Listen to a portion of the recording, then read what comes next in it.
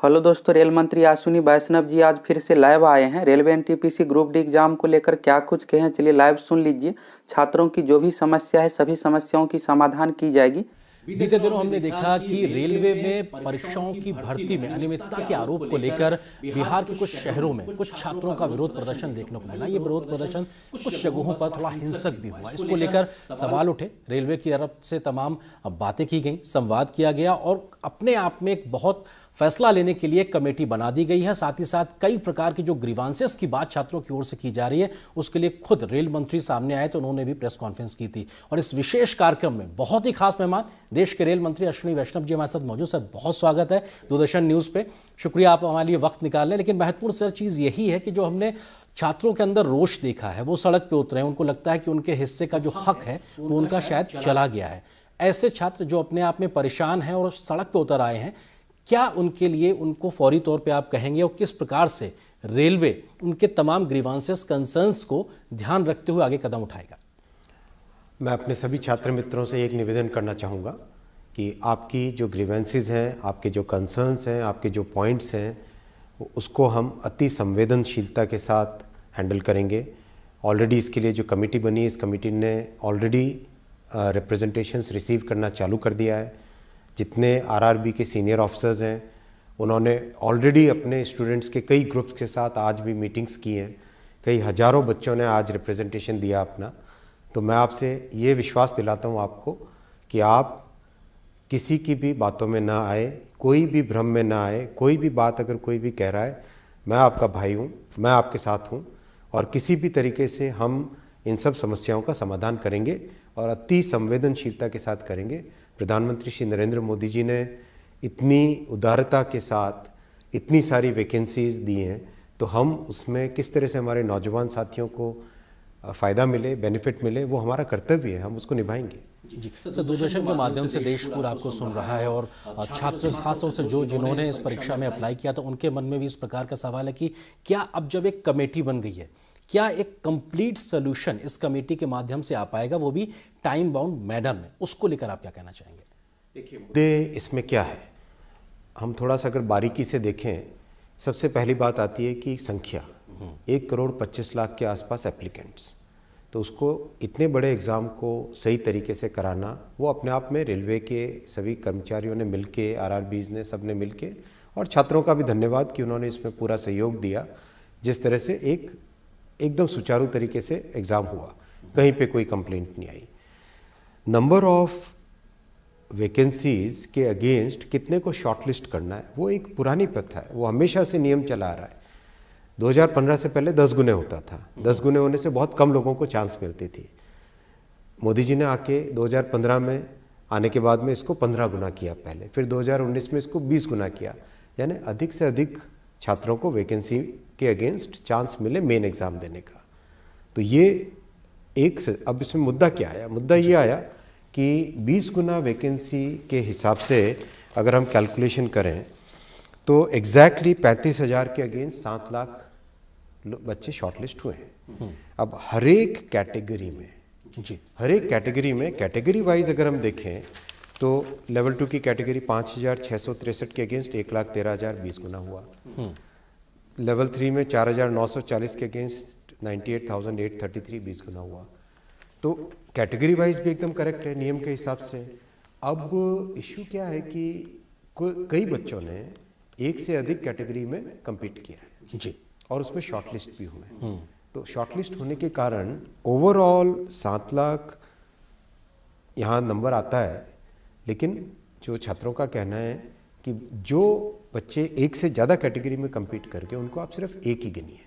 तो ये एक ऐसी चीज़ है जिसको समाधान किया जा सकता है। इसके लिए कोई सड़क पे उतरने की ज़रूरत नहीं है, इसके लिए कोई आग लगाने की ज़रूरत नहीं। रेलवे आपकी अपनी खुद की संपत्ति है। छात्रों से मेरा निवेदन है। सर, आपने जो समाधान शब्द कहा, चिंता छात्रों को यही है कि वो समाधान क्या होगा, क्योंकि बहुत बड़ी संख्या में छात्रों को लग रहा है कि शायद उनके हिस्से का हक चला गया। तो क्या वो 20 गुना संख्या रहते हुए हर प्रकार के छात्र को उसको वाजिब हक मिल सके, इसको लेकर क्या समाधान हो सकता है? लगता है कि इसका समाधान संभव है और जिस संपर्क के साथ जो आज रिप्रेजेंटेशंस आए हैं छात्रों के, उन छात्रों के रिप्रेजेंटेशन को देख के भी लग रहा है कि इसका समाधान संभव है। कमेटी बहुत ही सीनियर और एक्सपीरियंस्ड लोगों की है, जिन लोगों ने रिक्रूटमेंट में बहुत सारा एक अनुभव हासिल किया हुआ है। तो मेरा निवेदन है छात्रों से, मात्र 3 हफ्ते की बात है, 3 हफ्ते में आप सबके सब रिप्रेजेंटेशंस देंगे और 3 हफ्ते के तुरंत बाद इसका समाधान निकल जाएगा। मुझे विश्वास है कि इसका समाधान निकल जाएगा। जी सर, एक कंसर्न ये भी है कि साहब एक बच्चे का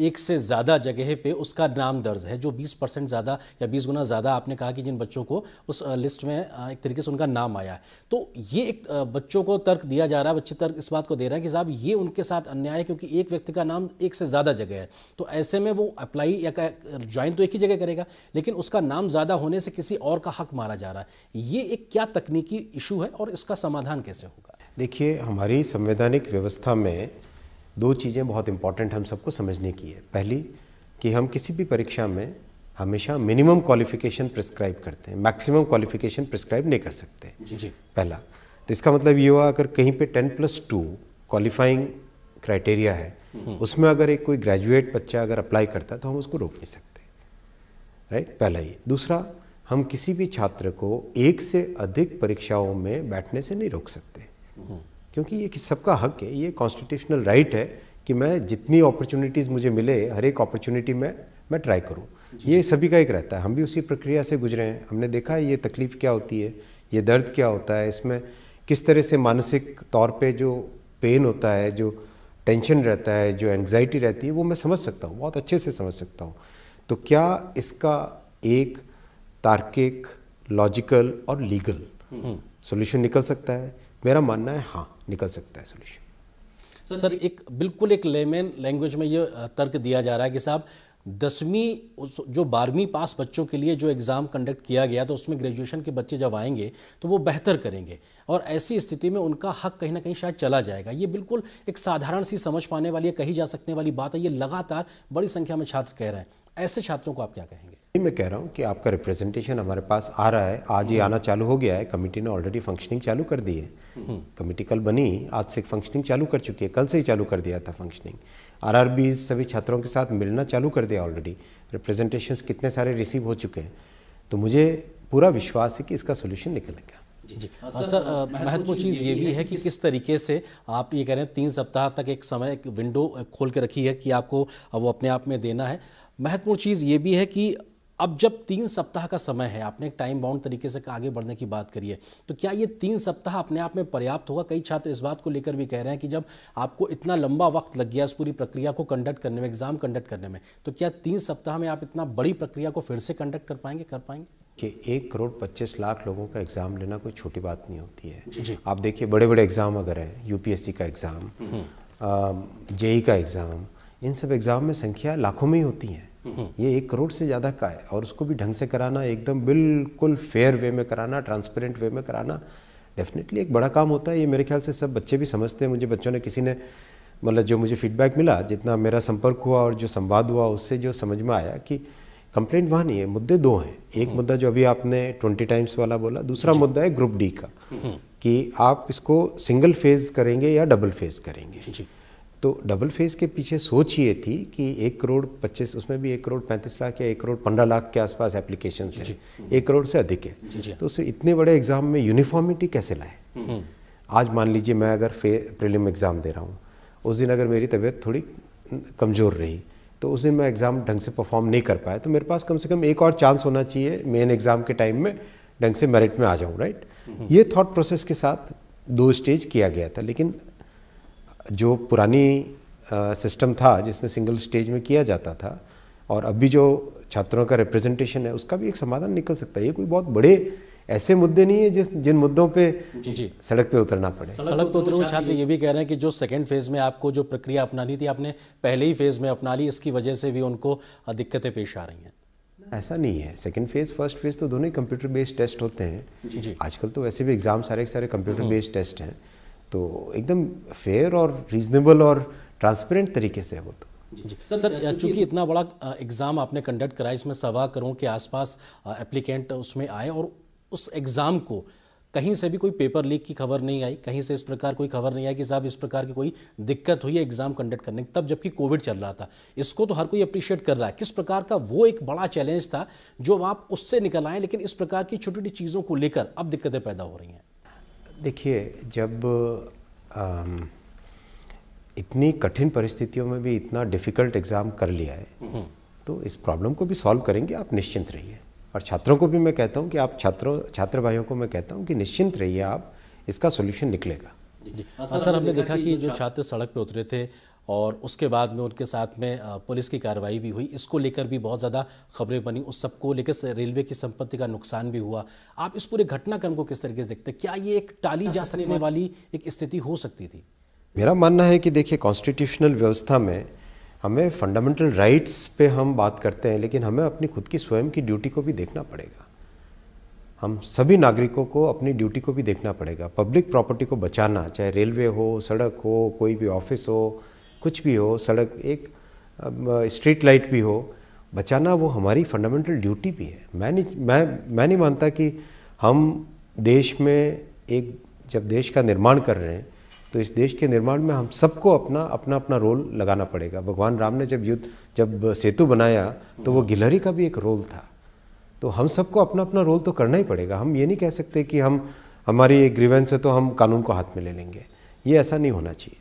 जी सर, एक बात ये भी कही जा रही है, इसको हम र्यूमर भी कह सकते हैं या सत्यता, आप उसके बारे में बेहतर बताएंगे, कि जिन छात्रों ने उतर कर विरोध किया या सार्वजनिक संपत्ति के नुकसान में जो कहीं एक आगे बढ़ चढ़ के मौजूद नजर आए, ऐसे छात्रों को क्या आगे से रेलवे की परीक्षा में भर्ती ना होने के लिए या नहीं हो सके ऐसा प्रतिबंधित किया जाएगा? इसको लेकर भी छात्रों में कई प्रकार की बातें चल रही हैं, आप स्पष्ट करना चाहेंगे कुछ? इसको स्पष्ट कर देगी, कोई दिक्कत नहीं है। जो भी पॉइंट आएगा, कमेटी इसको बहुत एकदम स्पष्ट रूप से इस पर निर्णय लिया जाएगा। और हम बहुत संवेदनशील सरकार है, युवाओं को रोजगार देने वाली सरकार है, युवाओं का ध्यान रखने वाली सरकार है। और जिस तरह से एजुकेशन पॉलिसी, जितने मोदी जी ने जो इनिशिएटिव्स लिए, उनमें मेन फोकस कौन है? गरीबों का, युवाओं का, किसानों का। तो इसमें स्वाभाविक रूप है कि हम सॉल्यूशन को अच्छे से ही निकालेंगे। जी सर, इस प्रकार के विरोध प्रदर्शन के बाद में हमने देखा कई राजनीतिक दलों की ओर से भी बयान आए। इस पूरे बात का या पूरे मुद्दे का राजनीतिकरण भी देखने को मिला। आपको लगता है कि इसको लेकर किस प्रकार की एक बयानबाजी आप लगातार देख रहे हैं जो राजनीतिक वजहों से सुनाई पड़ रही है? जिन लोगों के पास दूसरे मुद्दे नहीं होते हैं तो वो किसी न किसी मुद्दे में अपना निकालते हैं। मैं निवेदन करूंगा कि ये छात्रों का मामला है, देश का मामला है, इसमें राजनीति न डालें। जी सर, आपने अपील पहले भी की थी, लेकिन ये राजनीतिक बयानबाजी थोड़ा बढ़ती दिखाई पड़ रही है अभी भी, क्योंकि उसके पीछे कई वजहें भी बताई जा रही हैं कि एक छात्रों का एक बड़ा वर्ग है जिसके अंदर रोष है, उसको कैश करने की कोशिश दिखाई पड़ रही है। आपको लगता है कि इस सब चीज़ों से राजनीतिक दलों को ज़्यादा बचने की ज़रूरत है?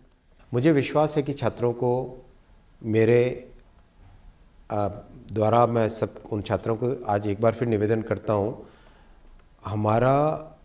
हमारी नीयत साफ़ है, काम करने का इंटेंट हमारा साफ है। सरकार में प्रधानमंत्री श्री नरेंद्र मोदी जी ने देश को नवनिर्माण की तरफ ले जाने वाला जो यज्ञ चलाया है, इसमें कहीं पर भी कोई भी हर किसी को जुड़ने की बात है, अलग होने की बात नहीं। तो मुझे विश्वास है कि छात्रों का हमारे ऊपर ही विश्वास रहेगा, चाहे कोई कितनी भ्रमित करने की कोशिश करे। जी सर, इस पूरे प्रोसेस के तहत जो नॉर्मलाइजेशन की प्रक्रिया को अपनाया जाता है, उसको लेकर भी सवाल है कि साहब आप करना तो बेहतरी के लिए चाहते हैं, लेकिन कई बार उसकी वजह से कुछ छात्रों में भ्रम है कि शायद अच्छा स्कोर करने के बाद भी उनका नाम शॉर्टलिस्टेड लिस्ट में नहीं होता। इसको लेकर कुछ कहना चाहेंगे? नॉर्मलाइजेशन दुनिया के हर परीक्षा में होता है, करीब हर बड़ी परीक्षा में होता है। और उसके बिना आप कैसे मैनेज करोगे किसी भी एग्ज़ाम को? अगर 1 करोड़ संख्या है, एक सेंटर है, कितने मतलब हजारों की संख्या में शिफ्टों में काम होता है। हजारों की संख्या में जब शिफ्टें हैं, कई 100 सेंटर्स हैं, तो उसमें नॉर्मलाइजेशन करना तो दुनिया के हर एग्ज़ाम में होता है। भारत के आज की बात है क्या? ये तो 1970-1950 के समय से जब संख्याएं बढ़ने लगी, तब से नॉर्मलाइजेशन होता है। जी सर, रोजगार के लिहाज से रेलवे एक बहुत बड़ा एक संस्थान है और अभी भी अगर देखा जाए तो कर्मचारियों की संख्या सबसे ज़्यादा बड़े एक परिवार के तौर पर देखने को मिलती है और ये रोजगार के अवसर के लिहाज से भी एक बड़ा रिक्रूटमेंट की पूरी ड्राइव थी। ये जो सवाल अभी खड़े हुए हैं, भविष्य में ये सवाल ना खड़े हों, क्या इस पूरे एपिसोड से, इस पूरे घटनाक्रम से कुछ और ऐसे बड़े कदम हम भविष्य में देखेंगे कि ऐसी घटनाएं ना होने पाए? क्योंकि बड़े रिफॉर्म से रेलवे गुजर रहा है, रिक्रूटमेंट में भी एक बड़े प्रकार की प्रक्रियागत तकनीकी व्यवस्थाएं शामिल हो, क्या उसको लेकर कोई बड़ा उपाय? बात सही, इसमें तकनीकी व्यवस्था को और ज़्यादा सम्मिलित करना चाहिए और इस पर सोच रहे हैं। इस पर काफ़ी इनपुट्स भी आए, कई सजेशंस भी आए, कई जो एकेडमिक वर्ल्ड से जो लोग इसमें एग्ज़ाम वगैरह के से बहुत अच्छा वास्ता रखते हैं, उन लोगों ने भी बहुत सारे सजेशंस दिए। जी, क्योंकि सर आपने इस बात का कहा कि एक बड़ी एजेंसी को रिक्रूट करने में भी काफ़ी समय लगा, क्योंकि इतना बड़ा एग्जाम था। ऐसे में आप आईटी मंत्रालय की भी जिम्मेदारी संभालते हैं, तो आपको बेहतरी से पता है कि तकनीकी तरीके से चीज़ों को कैसे ईजिली लोगों के लिए उसको जोड़ना है। तो क्या हम उम्मीद कर सकते हैं कि जिस रिफॉर्म या एक बेहतरी के लिए आप कदम उठाना चाह रहे हैं वो देर नहीं लगेगी, बहुत जल्दी शुरू होगा? विश्वास है इस पे, मुझे विश्वास है। और हमेशा हमारा एम क्या रहेगा? हमारा एम रहेगा कि एग्ज़ाम फेयर हो, रीजनेबल हो, कहीं पर भी किसी को इसमें ये संदेह न हो कि भाई मैंने जिस तरह की परीक्षा में जैसा परफॉर्म किया वैसा मेरा रिजल्ट आया या नहीं। वो एम एक रहेगा हर जगह। जी सर, आपने जो कमेटी गठित की है वो 4 मार्च तक अपनी रिपोर्ट आपको देगी, ऐसा आपने तय किया, और आपने इस बात के भी संकेत दिए थे संभव हुआ तो वो पहले भी रिपोर्ट आपको दे सकते हैं। क्या लगातार आप इस प्रकार की व्यवस्था रखेंगे कि ताकि ये समय जो 4 मार्च का है ये पहले तो हो, बाद में ना होने पाए, मतलब वो समय और ज़्यादा बर्बाद ना हो? बल्कि हमने तो इससे भी एक कदम आगे जाके आरआरबी के जितने चेयरपर्सन्स हैं, चेयरमैन हैं, उन सबको बोला है कि आप रीच आउट करिए, आप प्रोएक्टिवली जाके स्टूडेंट से मिलिए। तो आज बहुत सारे स्टूडेंट्स मिले भी हैं। हमारा एम है, हम छात्रों के लिए सरकार। सर क्योंकि छात्र बड़ी संख्या में आपको सुन रहे होंगे, और ये जो नोटिफिकेशन था 2019 का था, हालांकि कोविड का एक समय था, और 2022 में भी रिजल्ट निकला, और अभी हम एक पहले ही चरण पर एक तरीके से एक ठहराव की स्थिति आ गई है। ये इतनी लंबी प्रक्रियाएं ना हो, इसको लेके क्या आप आश्वासन देंगे? बहुत से विषय हैं इसमें। एक तो कोर्ट का भी मामला आता है, जैसे ट्रिब्यूनल्स का, कोर्ट का। तो मेरा देखिए, ये सामाजिक व्यवस्था है हमारी, इसमें बहुत सारे स्टेक होल्डर्स आते हैं, तो सोचना पड़ेगा इसमें किस तरह से और इसको स्पीड अप करें। पर मेरा मानना है कि जितनी कोविड के बावजूद भी इतनी बड़ी संख्या में परीक्षा करवाना अपने आप में बहुत बड़ा चैलेंज है। इस चैलेंज को हम निभाएंगे। जी, क्योंकि सर ये जब लंबा खिंचता है, तो जिसने 2019 में +2 में अप्लाई किया वो आज ग्रेजुएशन कंप्लीट करने की स्थिति में, तो ऐसे में ये स्वाभाविक रूप से ये मन में सवाल उठता है कि आखिर इतना लंबा वक्त लगता है तो हम शायद और बेहतर कर पाते अगर ये समय रहते चीज़ें हो सके तो। आपकी बात में इसमें विषय में बात है। अब इसको कैसे इसको करें, क्योंकि इसमें टेक्नोलॉजी भी यूज़ करें, कोर्ट्स का भी रोल रहेगा, ट्रिब्यूनल्स का रोल रहेगा, स्टूडेंट्स का रोल रहेगा। इस पर बहुत ही कॉम्प्लेक्स विषय है इसको, लेकिन कर सकते हैं। जी सर, कर सकते हैं, और आप अभी कर रहे हैं, इस बात का आप जिक्र कर रहे हैं, क्योंकि बहुत इश्यूज हैं, लोग आपको बहुत धैर्य से सुन रहे हैं इस समय लगातार। क्या और आप कहना चाहेंगे, क्या कोऑर्डिनेटेड एफर्ट्स इस वक्त आप डिफरेंट आरआरवीज के साथ में मिलके कर रहे हैं, जो सेंटर्स हैं, ताकि लोगों को एक विश्वास पैदा हो, जिसको हम कहते हैं ना विश्वास बहाली का एक माहौल पैदा हो? तो छात्र आपको सुन रहे हैं कि हाँ, आपने ये कदम अभी तक उठाए हैं और इसकी आप एक तरीके से पाइपलाइन में हैं और ये करने जा रहे हैं। कमेटी फॉर्मेशन के तुरंत बाद में कमेटी ने काम चालू किया।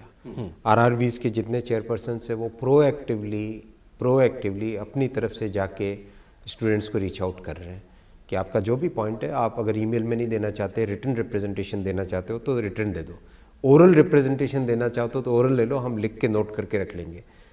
इस लेवल तक हम संवाद को ओपन है, इस लेवल तक संवाद ओपन है। तो मेरा छात्रों से एक बार फिर निवेदन है कि आप विश्वास रखिए, इन सब चीज़ों का समाधान संभव है और इन सब चीज़ों का समाधान होगा। और भविष्य देखिए, आपको रेल चलानी है, आपको रेलवे चलानी है। अगर आपकी रेलवे को आप अगर आज से ही उसी ध्येय के साथ, उसी जो एक अपनेपन के लिए जो होता है, वो उसी ध्येय के साथ काम करेंगे तो आपको अच्छा लगेगा। और विश्वास रखिए, ये बिल्कुल इसमें कहीं पर भी कोई भी चीज़ गड़बड़ नहीं होगी, अच्छे तरीके से करेंगे। जी सर, सेकेंड फेज का जो एग्ज़ाम था उसको फिलहाल कमेटी बनाने, उसकी रिपोर्ट आने तक के लिए स्थगित किया गया है। थोड़ी देर के बाद जी, क्योंकि इसको लेकर भी जी देखिए लीगल भी देखना पड़ेगा। जो छात्र सेलेक्ट हुए हैं, शॉर्टलिस्ट हुए हैं, उनका इंटरेस्ट भी तो हैम्पर नहीं होना चाहिए ना। ये हम एज द गवर्नमेंट, हमारा फर्स्ट प्रायोरिटी रहेगा कि हमको फेयर होना पड़ेगा। We have to be fair.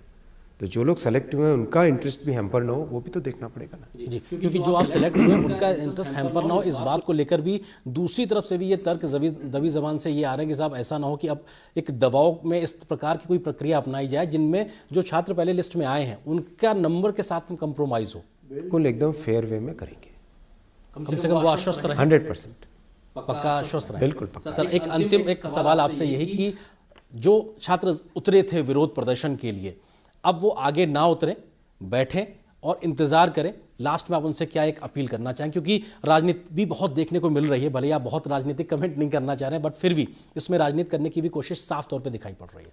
मेरा एक ही निवेदन है सभी छात्रों से, आप बिल्कुल भी किसी की बातों में भ्रम में ना आए। आपके पास एक डायरेक्ट चैनल है आज संवाद का, उस चैनल को यूज़ करें, अपनी बात को स्पष्ट तरीके से रखें और जितनी बार रखना चाहते हैं उतनी बार रखें। आपकी बात सुनी जा रही है, आपकी बात को संज्ञान में लिया जा रहा है और इसको एकदम फेयर तरीके से, एकदम लीगल तरीके से इस पे समाधान निकलेगा। किसी भी एक छात्र का हक उसका मारा नहीं जाएगा। जी, बहुत शुक्रिया सर हमसे बात करने के लिए और इस विषय पे विस्तार से बात रखने के लिए, क्योंकि देश के बड़ी संख्या में छात्र ये जानना चाहते हैं कि रेल मंत्री और रेल मंत्रालय किस तरीके से इस विषय पे आगे काम कर रहा है और न सिर्फ अभी के लिए बल्कि भविष्य में भी ऐसा कोई स्थिति परिस्थिति पैदा ना होने पाए, ताकि ऐसी स्थिति आए कि छात्रों को सड़क पर उतरना पड़े। तो फिलहाल सर बहुत शुक्रिया हमारे साथ जुड़ने के लिए। रेल मंत्री अश्विनी वैष्णव जी हमारे साथ में जुड़े थे, उन्होंने तमाम बातों को विस्तार से रखा।